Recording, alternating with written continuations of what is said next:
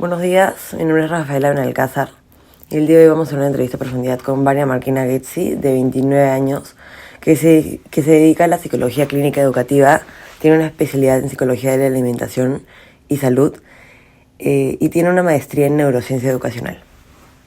Bueno, Vania, para conocerte un poco más, ¿cuáles dirías que son tus pasatiempos en tu tiempo libre y más o menos cuánto tiempo le dedicas a estos y por qué? Mis pasatiempos son, primero, tengo un perro y mi tiempo libre trato de pasarlo con él, jugar con él, sacarlo a pasear. Todos los días salimos como 40 minutos a caminar o a salir a jugar, así. Aparte de eso, me encanta leer. Siempre me ha gustado leer. A veces por partes en el año lo dejo y luego por otros puedo leerme en un mes 3, 4 libros. Y aparte, me encanta hacer deporte. ¿Qué deporte practicas? Ahorita hago indoor cycling, que es como bicicleta, ciclo, exacto. Pero siempre he sido una persona que me ha encantado hacer deporte. Mi mamá es bailarina de ballet profesional.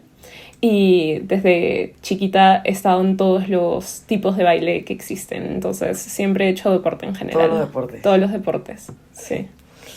Y bueno, más refiriéndonos a redes y al uso del internet, ¿cuál es el tipo de contenido que sueles consumir en medios, en redes y bueno, la televisión, que no creo que sea tanto?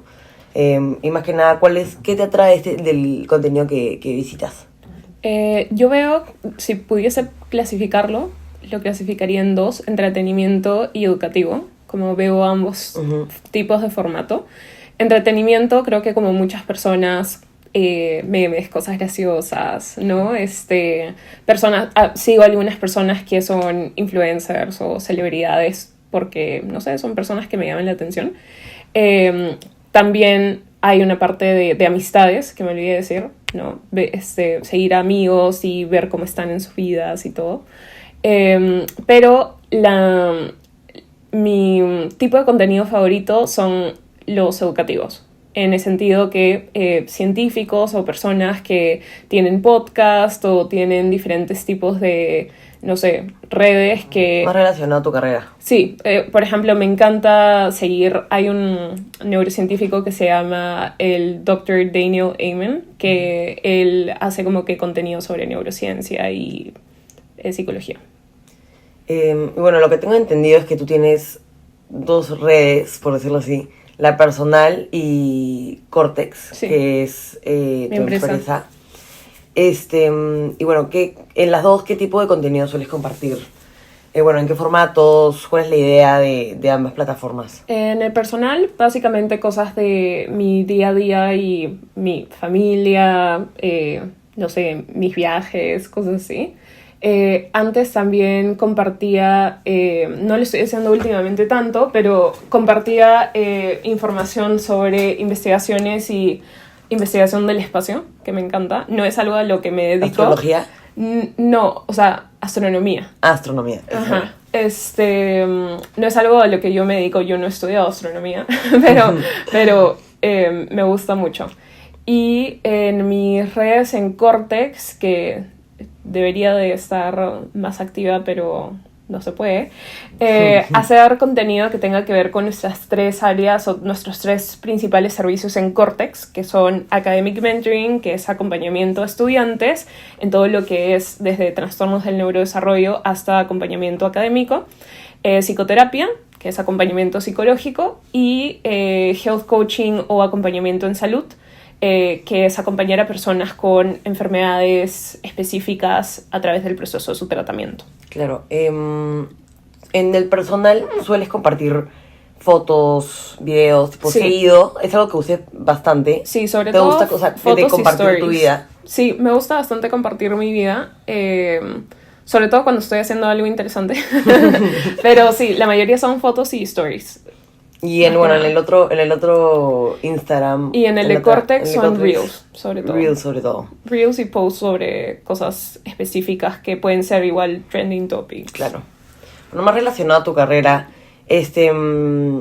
tú has hecho una investigación, me parece. Sí, ahorita estoy en ese momento en el proceso de publicación. Eso quiere decir que la investigación ya está completa y se manda al editorial, por así decirlo, y te van dando sugerencias y comentarios para ir mejorándolo hasta que ya quede perfecto para la fecha de publicación, que espero que sea en ya julio-agosto, más o menos. De este año. Sí, mi investigación está relacionada a las funciones ejecutivas, que son habilidades cerebrales que son la base de nuestra atención, pero específicamente las funciones ejecutivas en astronautas en gravedad cero.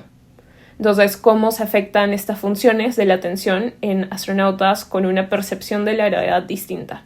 Porque la atención empeora en el espacio. Entonces, así como trabajo haciendo programas de entrenamiento cognitivo para estudiantes, como por ejemplo alumnos, universitarios, etc., eso también se puede hacer en una mayor escala en programas educativos espaciales o de astronautas. Tú fuiste a hacer la prueba con los astronautas. Yo fui a hacer pruebas con astronautas de la agencia europea. Claro. Y bueno, por lo que me acabas de decir, no tienes ninguna investigación en este momento que estés haciendo. No activamente, porque mi trabajo en Cortex, que tengo un puesto de dirección científica, demanda mucho, entonces normalmente he decidido hacer una investigación por año. Entonces hasta que eso se publique no voy a estar viendo, no tengo tiempo para ninguna otra más. ¿Consideras que esta investigación de los astronautas es uno de tus mayores logros o tu mayor logro hasta el momento a lo largo de tu carrera laboral? Definitivamente es el más interesante, ¿no? Cuando le cuento a las personas es muy extraño. Estuve en el lugar correcto con una supervisora que trabaja para la agencia espacial y, o sea, es estar en el momento indicado con las personas indicadas.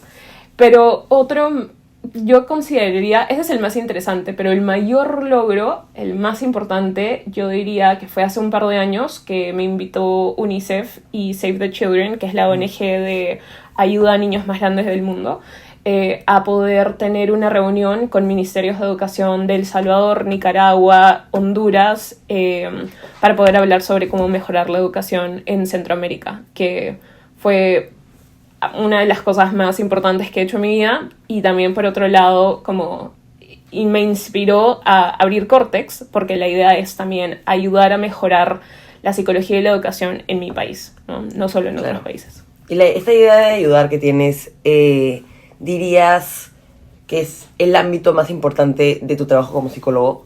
¿O es otra área? Sí, el ámbito más importante es justamente a lo que más me dedico, neurociencia educacional, que es la combinación entre neurociencia, psicología y educación. Entonces, eso trabajando uno a uno con pacientes o trabajando en grupos, por ejemplo, no sé, ayudando a asesorar instituciones, gobiernos, empresas, etc. Claro. Y bueno, más sobre el TDAH en niños de 7 a 11 años. Y investigando nos dimos con la sorpresa de que existe la medicación para este trastorno. Sí. Pero son diferentes tipos de pastillas, diferentes tipos de medicaciones que tienen diferentes efectos, sobre todo dependiendo del tipo de TDAH. Sí. Entonces, ¿en tu experiencia recomendarías la medicación para este trastorno? Esa es una muy buena pregunta. Si bien es cierto, los psicólogos no medicamos, hacemos la evaluación previa para ayudar al neurólogo a tomar la decisión de la medicación. Entonces, en mi caso, yo te podría decir que después de haber estudiado, yo misma tengo trastorno por déficit de atención y hiperactividad. Y también yo he usado medicación por años de mi vida. Y como alguien que ha estudiado, y sobre todo estudia cerebros de personas con trastorno de déficit de atención, yo recomendaría el uso de medicamento bajo 2 criterios. El primero es la intensidad de los síntomas, así como cualquier tipo de trastorno es un espectro, ¿sí? Y entonces hay un espectro con personas con TDAH con pocos síntomas y otros que exhiben muy altos síntomas. Yo diría que la medicación se utiliza para síntomas moderados a severos. ¿no? O sobre todo cuando el TDAH ha impactado la vida del paciente, claro, ya por muchos años. Cuando ya deja una huella. Sí, exacto, y está de alguna manera no permitiendo que la persona sea que siga estable, con su vida. Exacto, claro. En su vida. Entonces, en un espectro moderado severo yo recomendaría medicación, y aparte hay diferentes tipos de TDAH, más en uno hiperactivo, en uno tipo hiperactivo. Claro. Viendo el espectro del TDAH, de los síntomas de bastante de bajos a severos. Ajá, claro. ¿Qué estrategias recomendarías para un buen manejo del TDAH en los niños de esta edad? Específicamente, yo divido las estrategias o la intervención en dimensiones. Entonces, por ejemplo, la dimensión física o biológica, la dimensión emocional, la dimensión social. Entonces, se tienen que hacer estrategias dependiendo de cada uno. Por ejemplo, biológicamente, sabemos por investigaciones que hay ciertos tipos de alimentos que pueden ser detonadores de síntomas de TDAH. O sea, es decir, la persona tiene TDAH, pero hay algunos alimentos que podrían ser detonadores a tener una conducta más inatenta o más hiperactiva. Entonces, primero aprender a conocer cuáles son algunos de esos detonadores fisiológicos. Aparte, en temas biológicos también tomamos en cuenta que el paciente o los niños estén haciendo deporte, que estén durmiendo bien, ¿no? Que estén comiendo bien en general, que son cosas que podrían afectar más su atención. En emocionales, ver si es que hay síntomas de baja autoestima, porque una persona que ha vivido con un trastorno de déficit de atención y hiperactividad por muchos años puede exhibir una baja autoestima al creerse que no es suficiente o suficientemente inteligente, o que siempre le pasan este tipo de cosas. Entonces, trabajar la parte más emocional del acompañamiento, a entender la enfermedad y de acompañarse a sí mismo, ¿no? Esta búsqueda del bienestar. Y en el social también buscar estrategias de cómo hacer para que la persona pueda seguir con una vida social auténtica, que se sienta cómodo y que disfrute de esas amistades. Claro, o sea, está dividido en diferentes ámbitos, también depende mucho de el tipo de TDAH y lo que muestre el niño. También, sí. Uh-huh.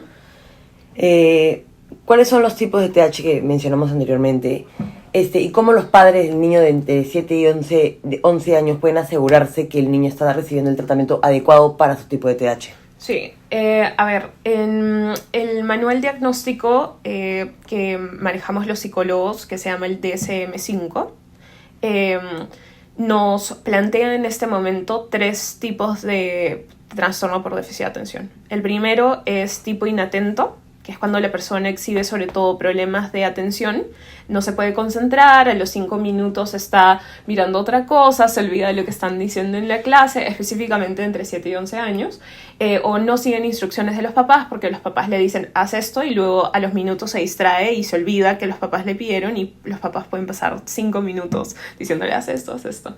El tipo hiperactivo impulsivo, que el tipo hiperactivo impulsivo son personas que pueden exhibir tanto sintomatología hiperactiva, es decir, que se paran, se sientan, se le llaman tener un motor interno que nunca se apaga. No puede estar tranquilo. Exacto, nunca puede estar tranquilo. O el tipo impulsivo, que por ejemplo son personas que tienden a, cuando ven a alguien conversando, los interrumpen, toma decisiones emocionales impulsivas, es mucho más sensible, ¿no?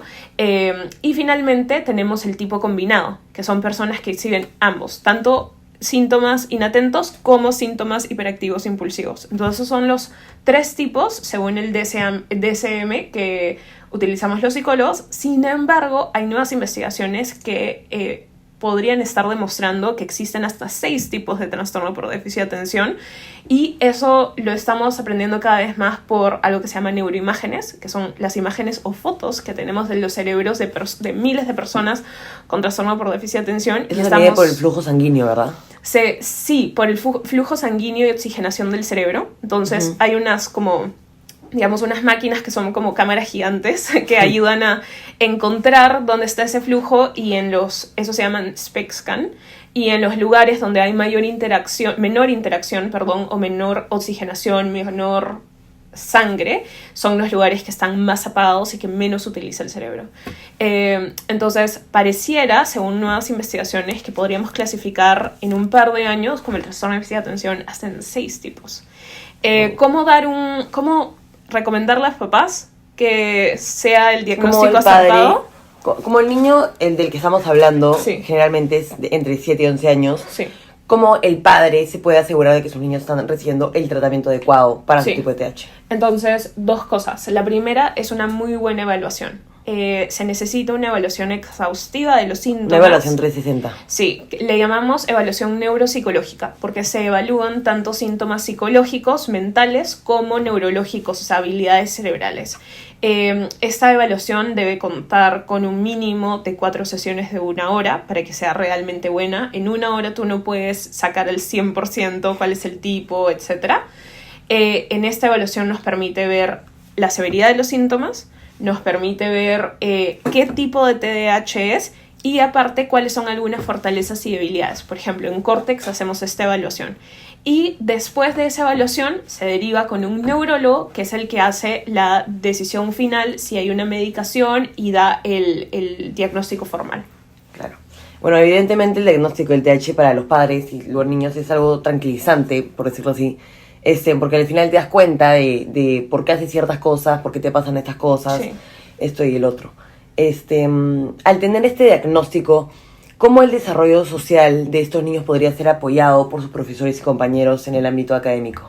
Como dije, si es que el niño ha pasado mucho tiempo, ha tenido una severidad de síntomas altos, lo más probable es que sus compañeros en el colegio lo hayan notado, ¿no? Y que incluso se haya etiquetado como el niño problemas, cuando no tiene nada que ver con su comportamiento, su conducta, y más con como que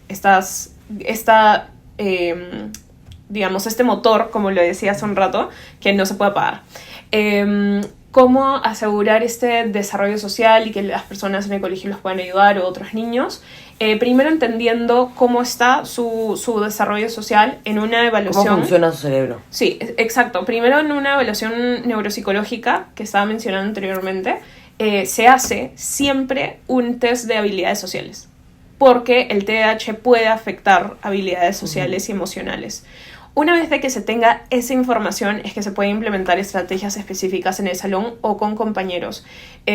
Pero con compañeros es más complicado porque, bueno, son niños. Con compañeros es más complicado, pero puedes darle algunas pautas para que los niños puedan entender, y es muy importante que niños en general entiendan que existe una neurodiversidad, es decir, que existen cerebros completamente distintos y que no todos van a ser como ellos. Claro, ¿no? Pero al ser niños tan pequeños, la probabilidad de que al hablarles de este tema apunten aún más al niño TDAH es probable. Sí, es probable en algunos casos. Sí se da, por ejemplo, temas de bullying y todo.